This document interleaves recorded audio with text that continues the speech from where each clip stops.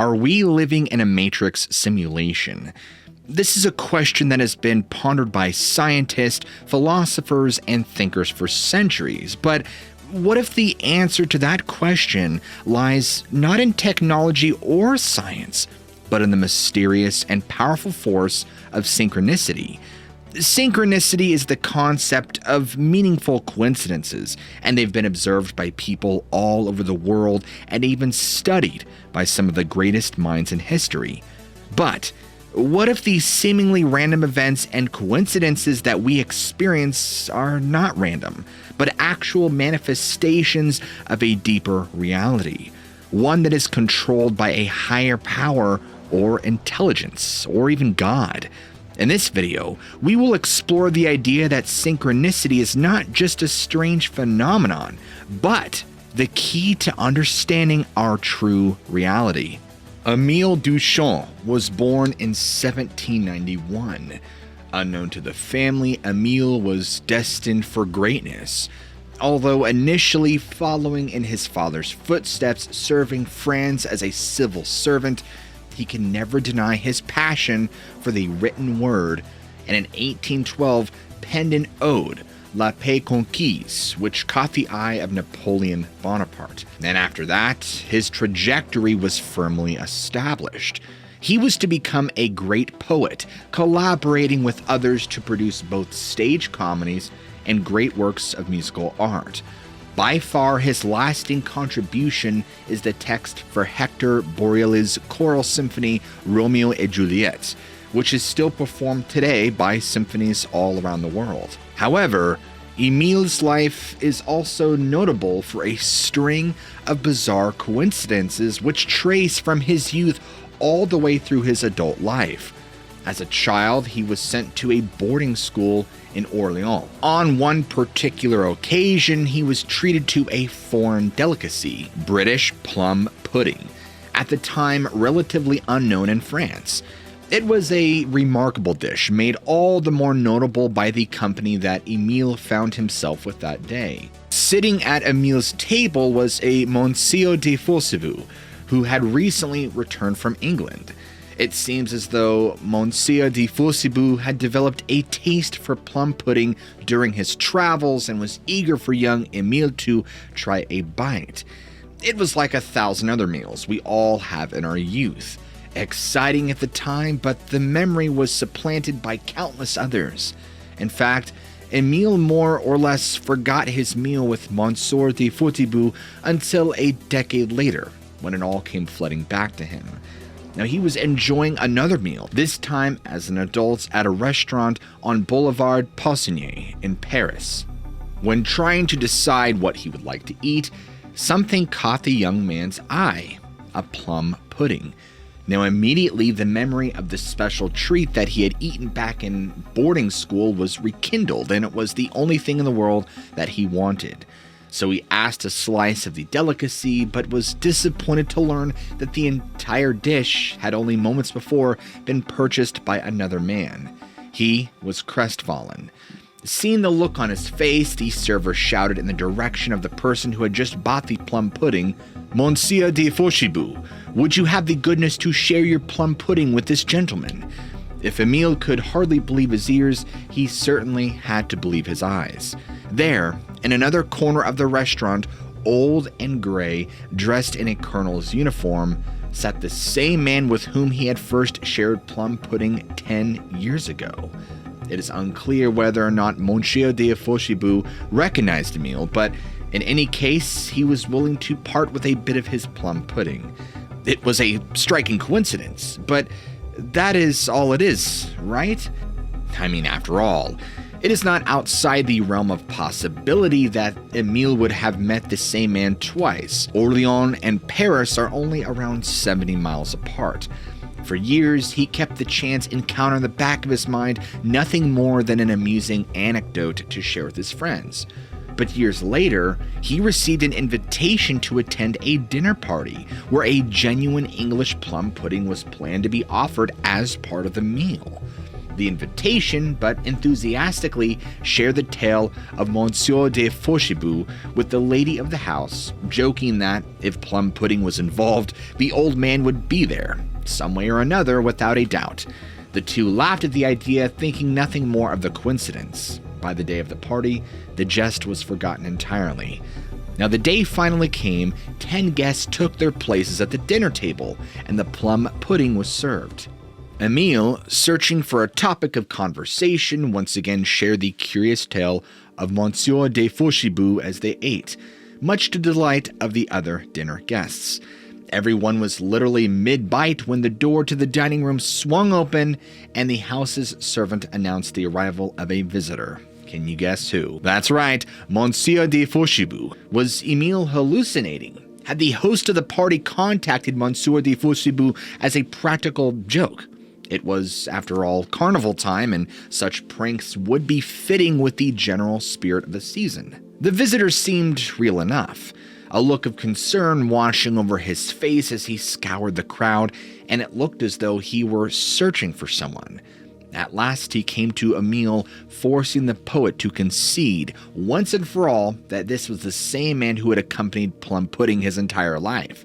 There was no doubt that the Monsieur de Fauchibou stood before him in the flesh. Emile was terrified. "My hair stood up on my head," he said. And within moments the decrepit visitor explained that he was at the wrong address. It seems that an old friend who just so happened to reside in the same building had invited Monsieur de Fauchibou to dinner that night. The old man, either being senile or having diminished eyesight, had mixed up the doors of their apartments and wandered into the dinner party unannounced, completely by random chance. The saga of Monsieur de Fauchibou and the plum pudding is one of the most famous examples ever documented of synchronicity, the connection of mental and physical events without any clear cause. It notably differs from similar phenomena like extrasensory perception or ESP in several key ways, and notably there is little to no conscious will involved. Now, ESP occurs when people become aware of events displaced by time or space. The participants in synchronicities, on the other hand, are always as surprised by these coincidences as everyone else around them. No one actively wants them. Synchronicities cannot be controlled, and they appear to offer little worthwhile use. While many carry profound personal meanings for observers, synchronicities rarely have any lasting implications. Often as not, they are simply nonsense. What is the lesson of Monsieur de Fauchibou and the plum pudding? Well, there is none. Like other synchronicities, it just simply happened. This, of course, may hide greater depth. With synchronicities, one gets the sense that they are perceiving the underlying bedrock of reality. As an analogy, consider islands in the ocean. We see these bits of land popping out above the water, as isolated from one another, but they are all a part of the same strata, connecting every landmass across the globe. We only recognize them when they break the surface. Similarly, synchronicities strongly imply that everything is connected, even the most mundane aspects of our lives, by some underlying complex architecture. I mean, we only get the barest hints of this connection when things pop up too blatantly to be ignored, kind of like what many refer to as glitches in the Matrix. Now, when one looks for these things, they appear everywhere. You see your birth date in a string of numbers. After buying a new car, you start seeing that car everywhere. You might rarely look at the clock throughout the day, and whenever you do, it is often the same time. And from staring at this beard so long, you might start seeing this on many other people, randomly.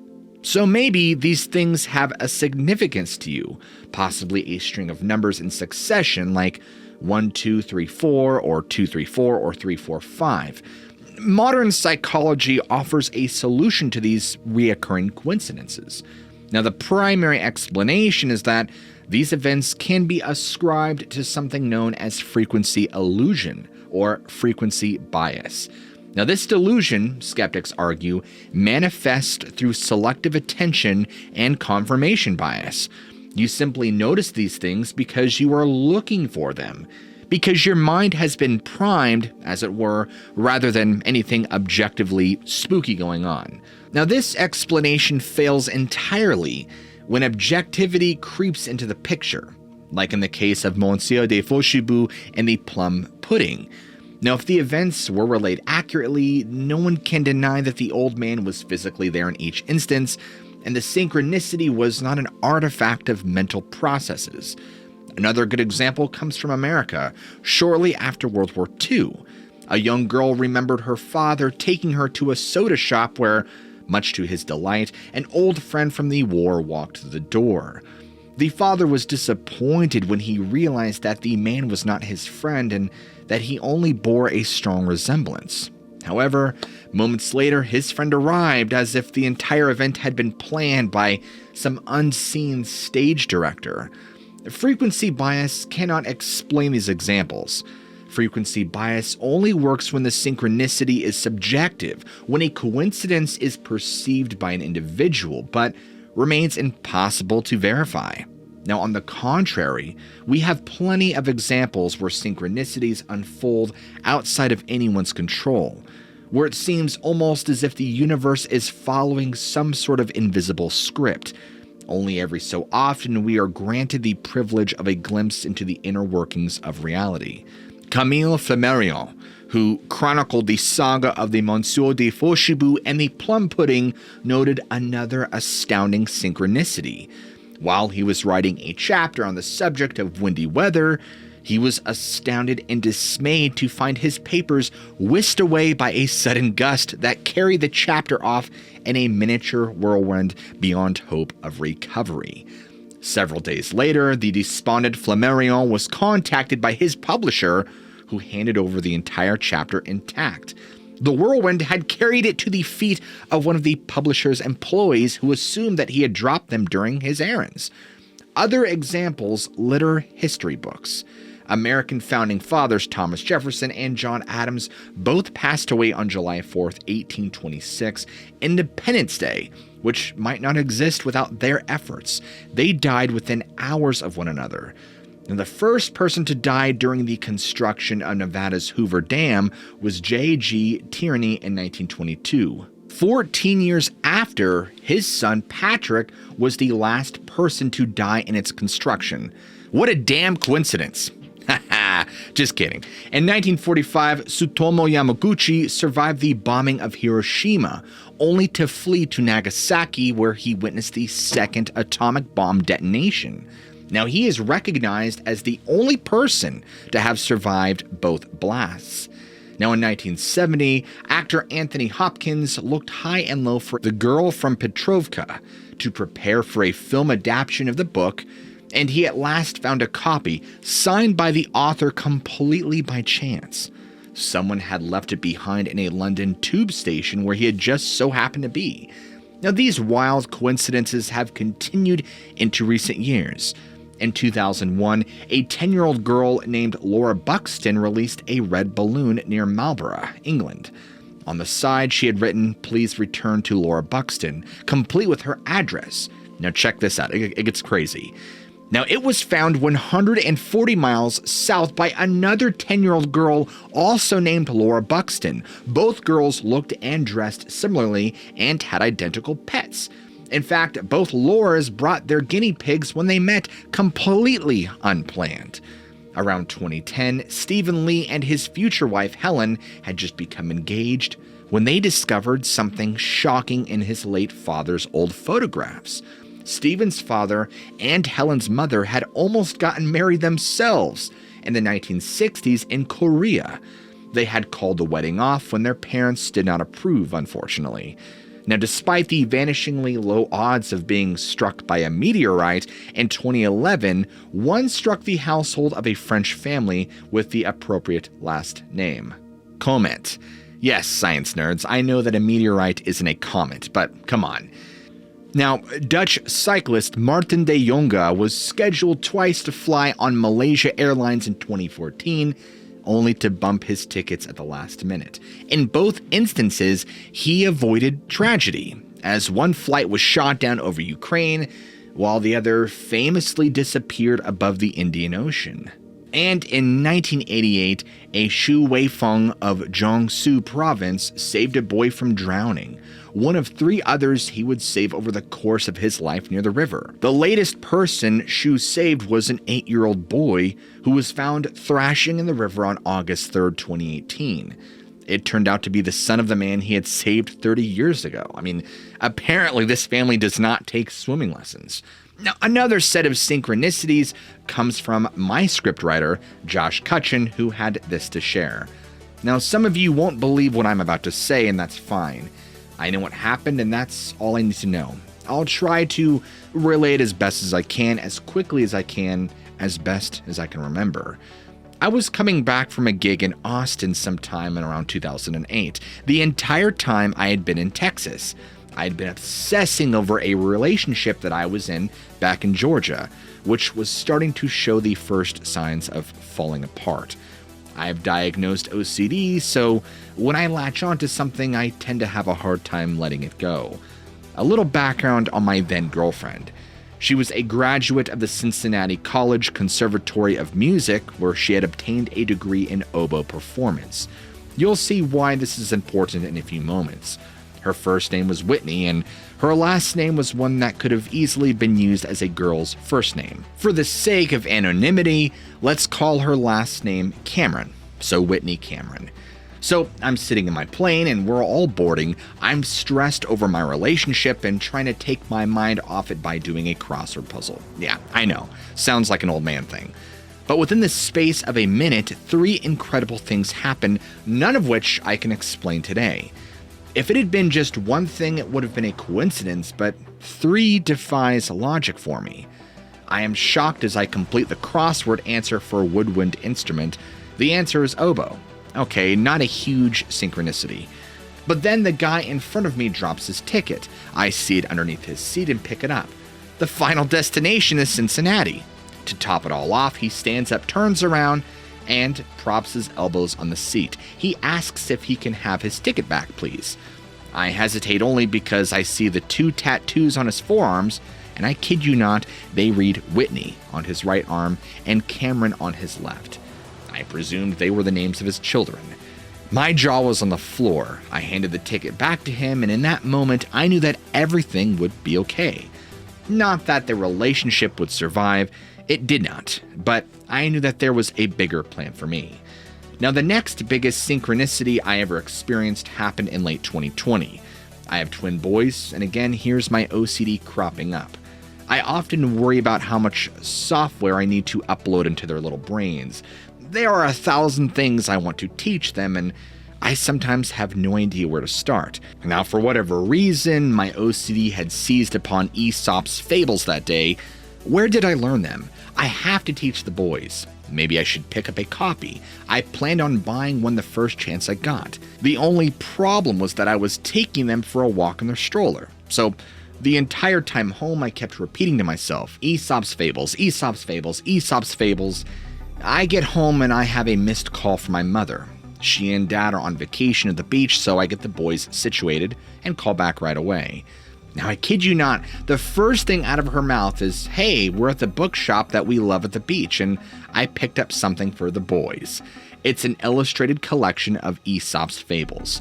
Again, my jaw hits the floor. I don't normally speak about AESOP'S FABLES. It isn't something I have talked about with my parents in the past 20 years.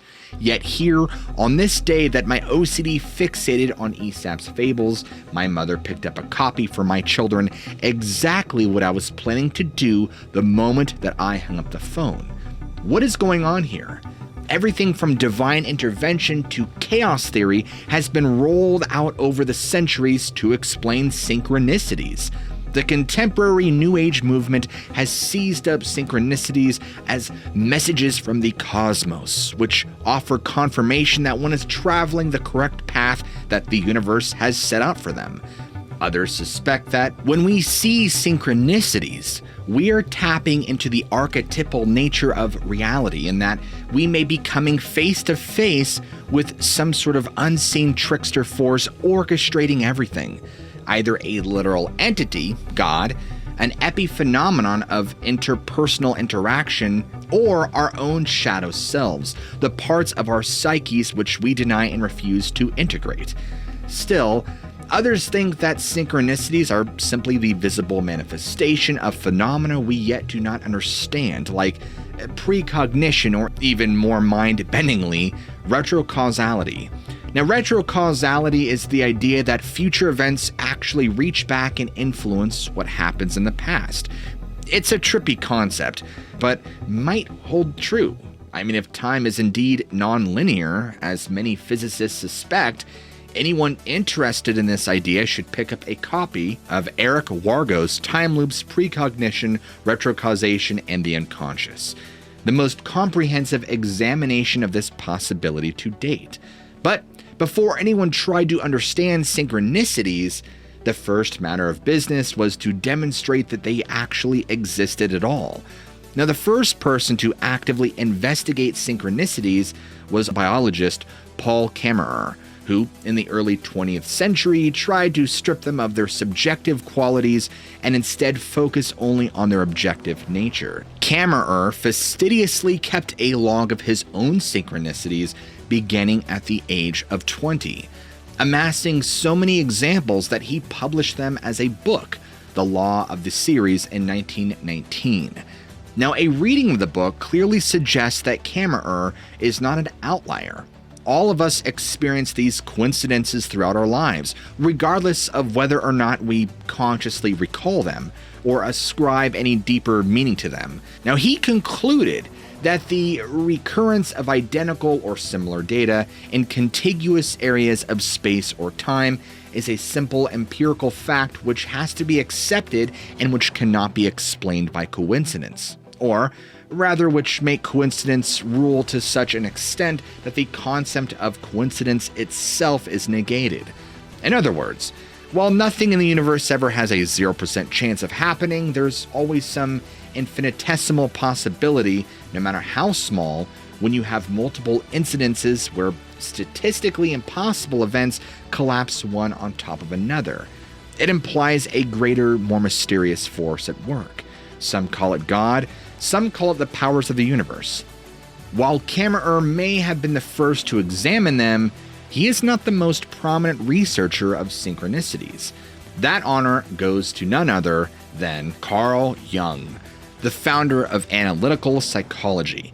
Now, despite his former training, Jung had a long-standing interest in mysticism and the supernatural, experiencing precognition, attending seances, and seeing, for lack of a better term, could be called ghosts.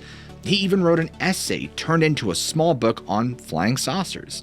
Now, in many regards, Jung's paranormal interest came to a head in his study of synchronicity, which he deemed a causal connecting principle. Jung intuited that a deeper holistic interpretation of reality allowed human nature and the external world to coexist and influence one another, a relationship hinted at in synchronicities. In fact, it was Jung himself who coined the term synchronicity, an idea birthed out of a dinner conversation that he held with Albert Einstein.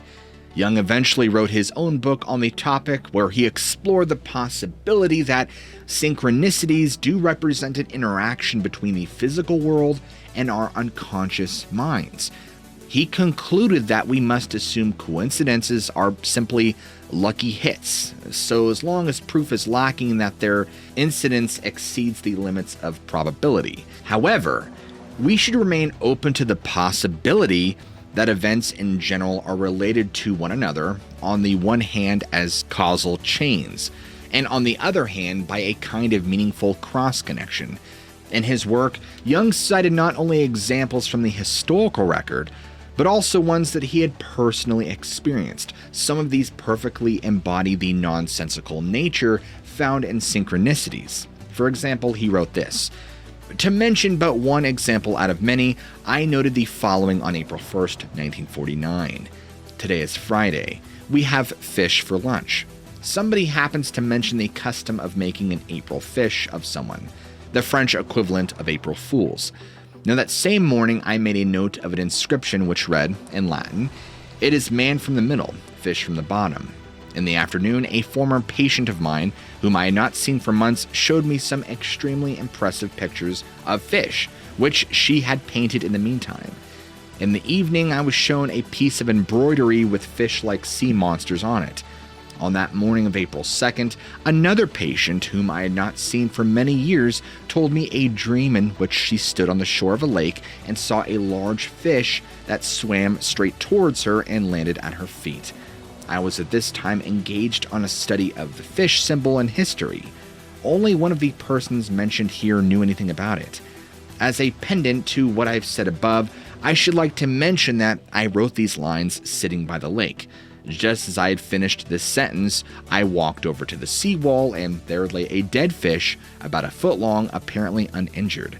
No fish had been there the previous evening. Presumably it had been pulled out of the water by a bird of prey or a cat. The fish was the 7th in the series. Now, one of the most famous synchronicities Jung experienced involved one of his patients. He was treating a young woman when, at a critical point in their session, she mentioned a dream where she received a golden scarab, a classic example of the birth symbol, hitting at her unconscious desire for self-transformation or rebirth. Jung sat back, listening to her retell her dream. He then noticed a gentle tapping at the window behind him. Now turning, Jung saw an insect battering itself against the glass. He gets up, opens the window, and caught it as it flew in. Jung now held in his hand a rose chafer scarab beetle, which for some reason, contrary to its habits, had sought the darkened recesses of their room. Jung said, "I must admit that nothing like it ever happened to me before or since, and that the dream of the patient has remained unique in my experience." Jung's interaction with the scarab hints at other incidents where animals have become message bearers for synchronicities. Like in June of 1994, local beekeeper Margaret Bell passed away in Ludlow, Shropshire. During her funeral, a swarm of bees congregated on the corner of a Bell Lane building, almost as if to pay their last respects. In November of 1974, Noel McCabe was listening to a Frankie Lane record in his Derby, England home. The song he was playing was The Cry of the Wild Goose. According to the local newspaper, a Canada goose crashed through his bedroom window midway through the song. In yet another example, a photo in South Africa's Daily News from October 19, 1926, showed a picture of a fish bearing a unique scale pattern that strongly resembled the Union Jack flag. As it just so happens, the country was embroiled in a national debate about the design of a new South African flag and the role that the Union Jack would play in its design. Now, according to the man who submitted the photo, a Mr. W. Thompson of Durban, the fish had been recently caught in the Indian Ocean. One specific variety of synchronicity is known as the library angel. Now, in these cases, an individual is searching for a specific reference, usually a book in a library, when the item itself finds them rather than vice versa. Maybe we really are in a matrix, guys. I mean, books fall off the shelves or appear on a table nearby, but this is strange. But this is what happened to author Colin Wilson when researching his 1971 book, The Occult. Wilson said that, on one occasion when I was searching for a piece of information, a book actually fell off the shelf and fell open at the right page. Now, how the heck does that happen? In another instance, covered in Alexander Solzhenitsyn's The Gulag Archipelago, a physicist held in a Soviet prison found himself passing the hours obsessing over a complex technical problem, one he knew he could solve if he only had the proper mathematical tables. However, the prison's library only offered Soviet propaganda. Now, the physicist prayed for a miracle until one day, while randomly distributing books to prisoners, a guard handed him a book full of the formula he needed. The prisoner memorized the tables before the book was confiscated. Now, in 1972, a Dame Rebecca West was scouring a library for a specific episode that occurred during the Nuremberg trials, but could not locate it. She was at her wit's end when something miraculous happened. She wrote this: "I looked up the trials in the library and was horrified to find that they are published in a form almost useless to the researcher. They are abstracts and are cataloged under arbitrary headings. After hours of search, I went along the line of shelves to an assistant librarian and said, 'I can't find it, there's no clue. It may be in any of these volumes.' I put my hand on one of the volumes and took it out and carelessly looked at it. It was not only the right volume, but I had opened it to the right page."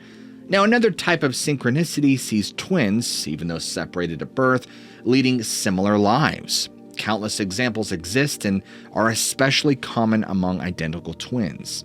For example, in 1940, identical twins Jim Lewis and Jim Springer were separated at birth and given up for adoption. Now, unknown to them, they grew up only 40 miles apart, raised by different families in Minnesota. Both boys received the same first name, and at school, they each enjoyed math and woodworking, but hated spelling. Both of them had stepbrothers named Larry, and both of them owned dogs named Troy. Now, upon reaching adulthood, they had similar hobbies and interests. Both were chain smokers and both suffered from migraines. Most bizarrely, both brothers married women named Linda. Both Jims divorced their Lindas only to remarry. Their second wives were both named Betty. Now, shared life details might even span across unrelated individuals. Did you know that two men named Brady Feigl are baseball players, one in the major league, the other in the minor league? They learned about each other when they visited the same doctor, Dr. James Andrews, for the same elbow surgery. Here's the kicker: even though they are unrelated, they look uncannily similar, standing 6'4" with bright red hair, glasses, and even similar facial features.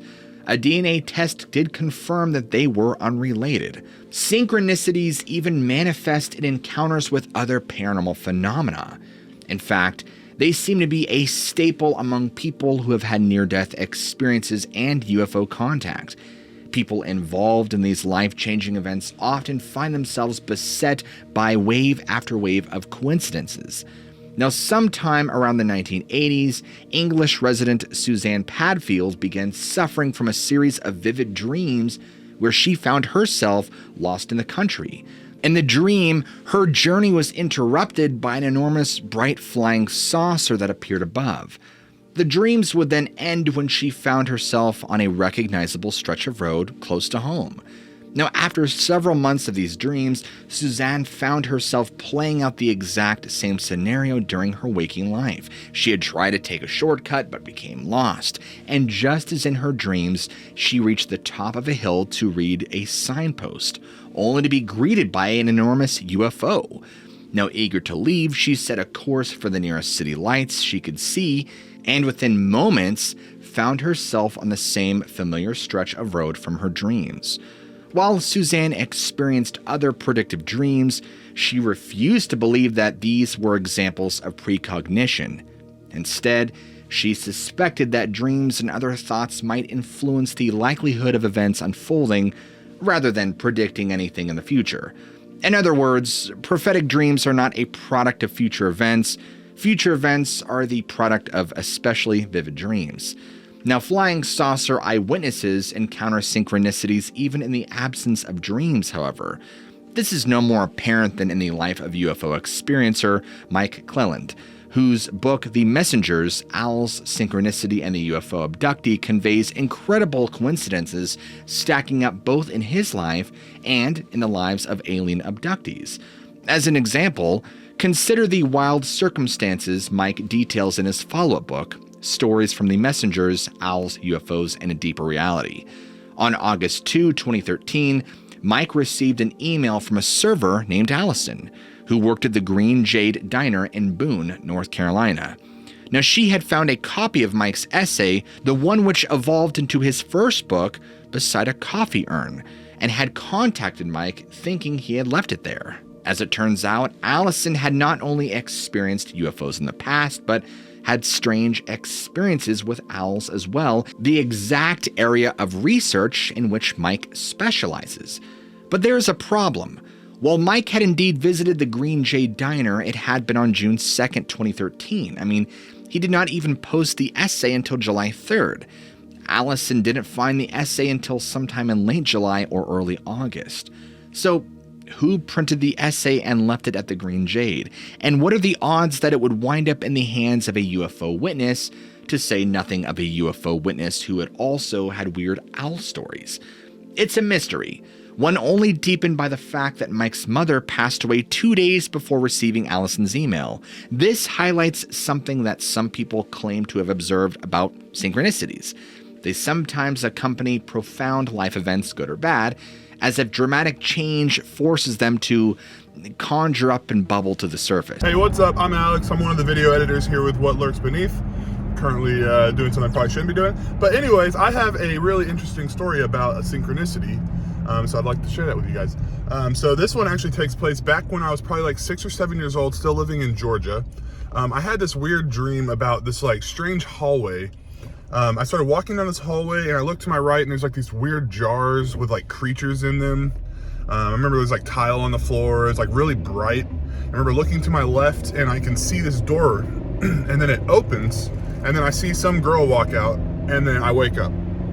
And then, don't think about it.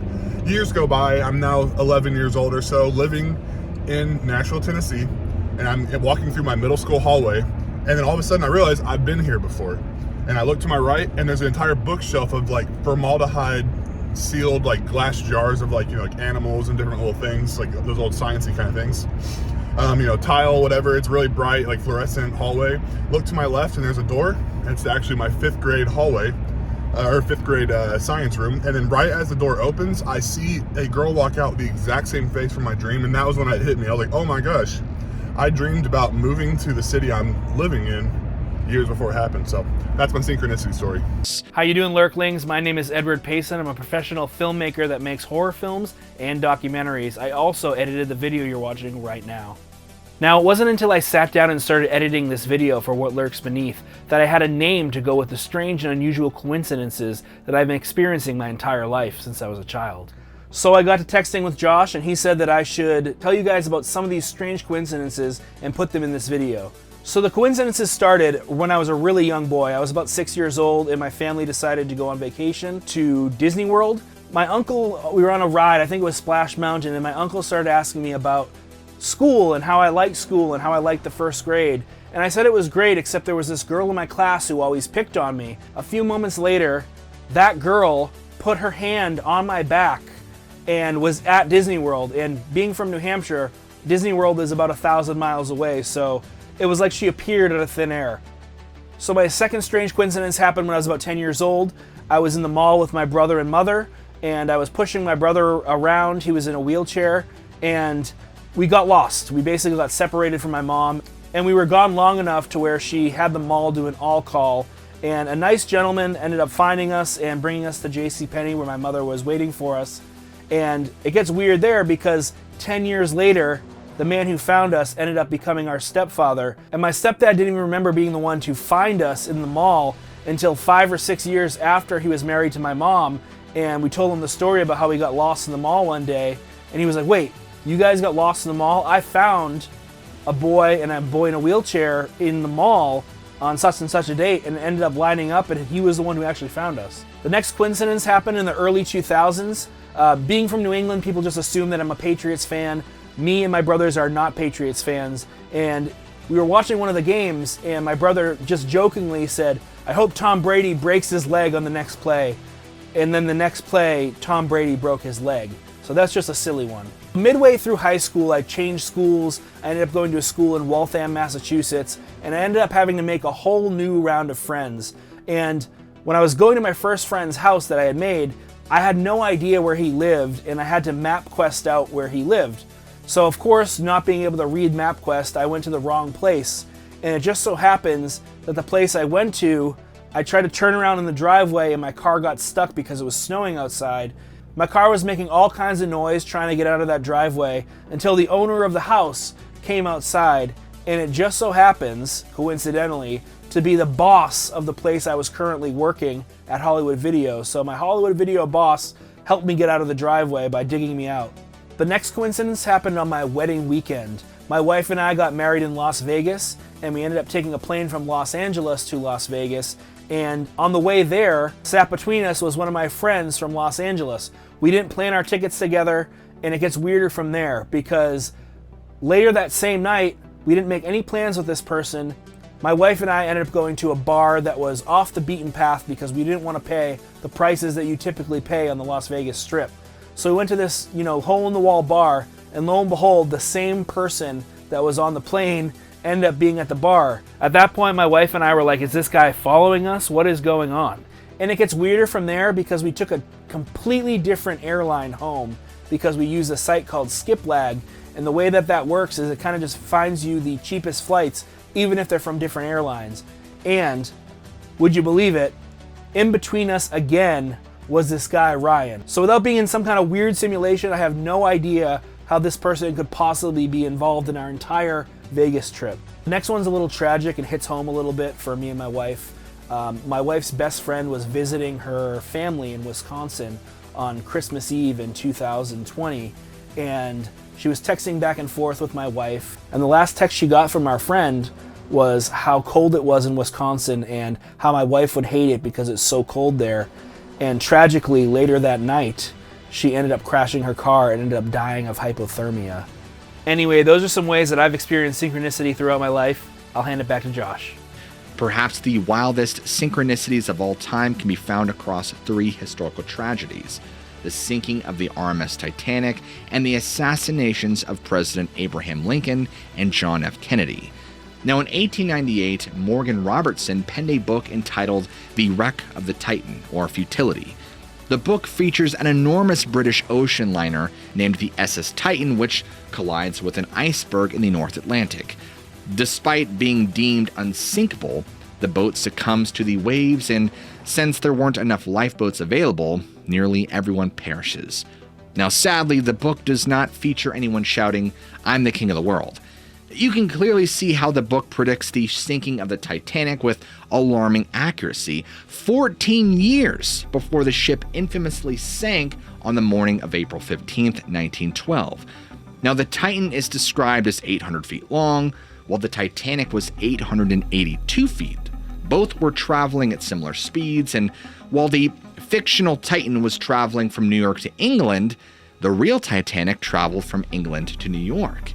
Now, for some presidents, at some point, people noticed how many eerie connections between the lives of Lincoln and Kennedy, 2 of our only 4 US presidents to ever be assassinated.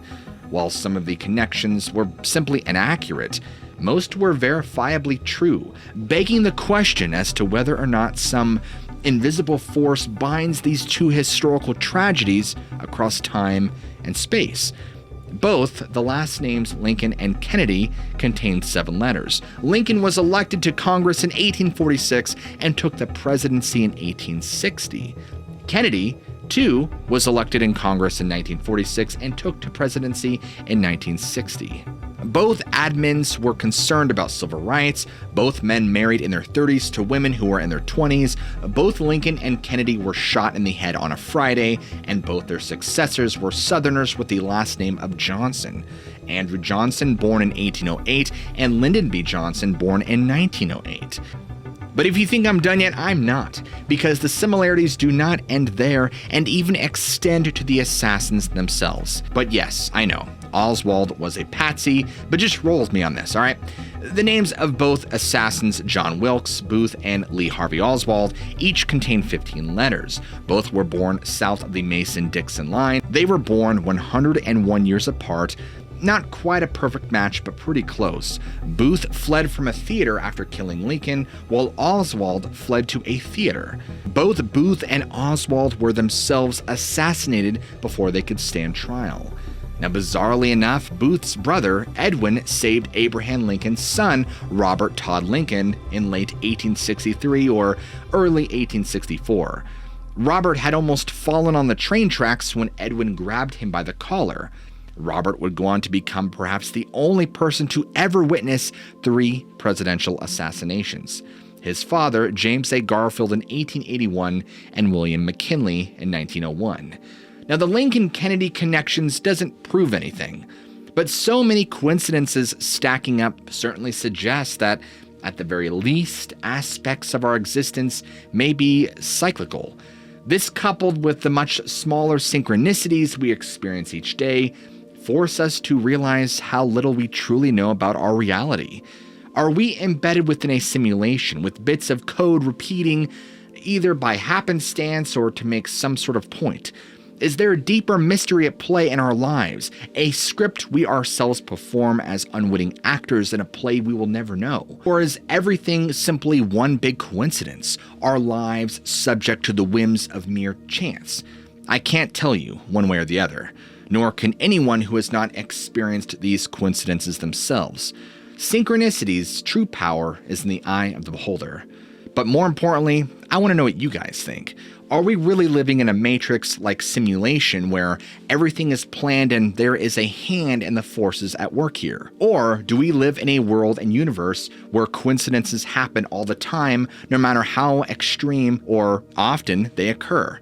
I would like to know what you think down in the comments below. And if you guys enjoy this type of content, be sure to go ahead and smack that like and subscribe button for more videos just like this. And as always, I love you all, keep an open mind, and I'll check you guys in the very next video.